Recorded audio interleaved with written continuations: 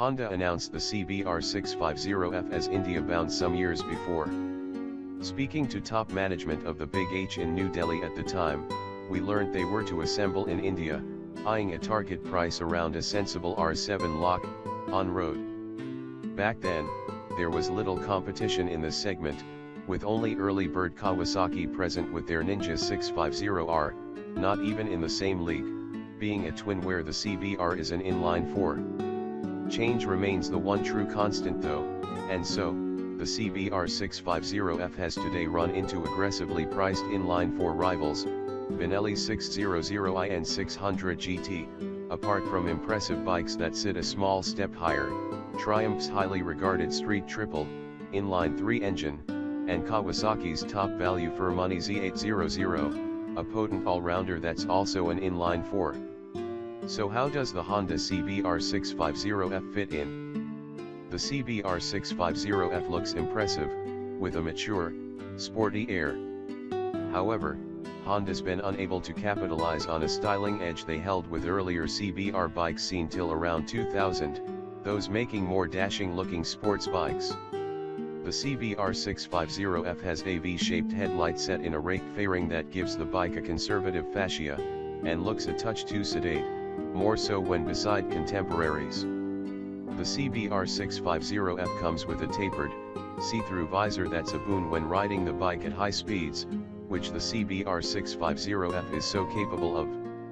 The speedometer is broad, well laid out, and all digital, yet somehow looks a tad old-fashioned. The new Honda comes with a reach-adjustable front brake lever, the clutch side lacking this, both well finished in machined alloy. Switchgear is top drawer, smoothly shaped and nice to operate, with the pass light operated by pressing on the high and low beam toggle.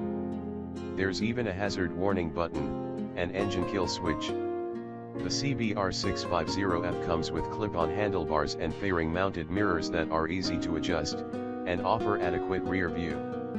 The CBR650F's overall proportions match up to a good, adult-sized sports bike, as seen in its large, superbly shaped fuel tank, which offers comfortable thigh grip when cornering. The generously padded seat is single-piece, low enough for even a shorter rider to appreciate, while the pillion sits slightly higher. At rear, no grab bars leave the CBR650F tail neat, and cleaner looking, while grab recesses are integrated into the cowl.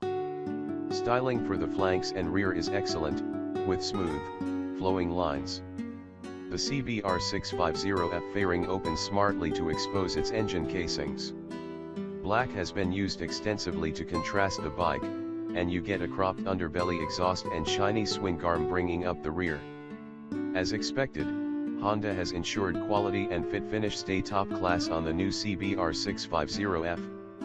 The CBR650F comes with a button-started, 4-stroke, 648.7 cubic centimeters, inline 4-cylinder engine. It's one of the few inline 4-cylinder bikes in the class, and offers the inimitable, addictive sound and character those familiar with such multi-cylinder inlines seldom switch from. The latest Honda engine is liquid-cooled with fuel injection and puts out 85.3 bhp at 11,000 rpm, with peak torque 6.4 kgm twisting through the crankshaft at 8,000 rpm.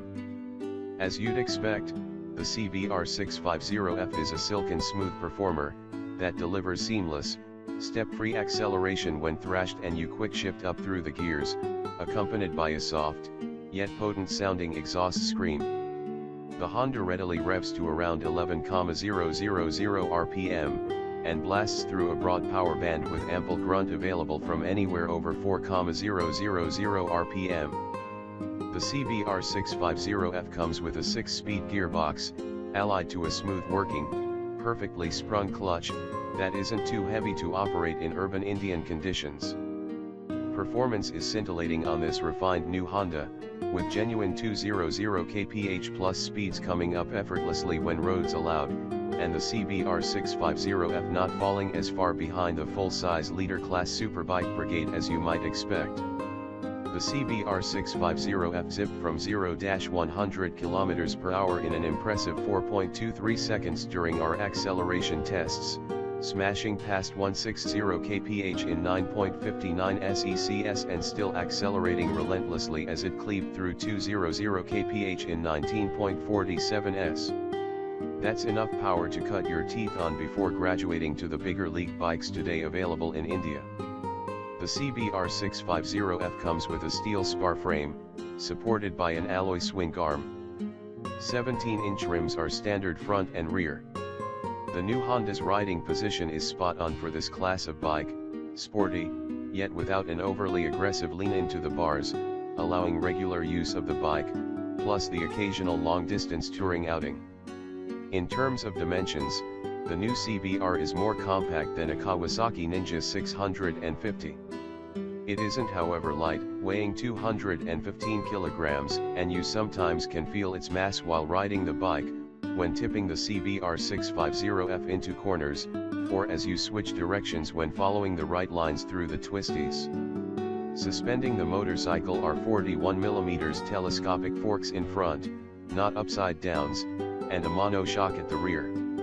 Hauling the CBR650F down when braking are powerful, twin 320mm pedal rotor front disc brakes, plus a 240mm single pedal disc at rear, ABS enabled, and working brilliantly, with just the right bite and feel. The new Honda comes with 2 tires optional, Dunlop or Metzeler. Our test bike came shod with Dunlops, which offered fair traction and left us with no reason to complain. Honda import the CBR650F into India via the CKD route, assembled at Mainsar. This should have seen affordable pricing, but at this price, leave aside direct rivals, you can bring home the capable Z800, Kawasaki's inline 4-cylinder machine that's a clean segment up on any 650. As a bike on its own, the CBR650F makes a robust, well-rounded performer. It's got a fairing, quality, good equipment, strong performance and reasonably nice handling. Pitted against its nearest rivals, the inline 4 Benellis, 600i and 600GT, and the CBR is more than able to hold its own.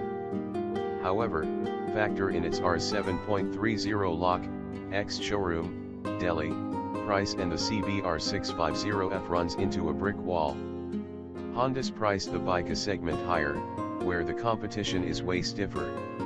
The CBR650F is like a 10th standard student suddenly finding himself appearing for a 12th standard examination. There's only ever going to be one report card when doing this.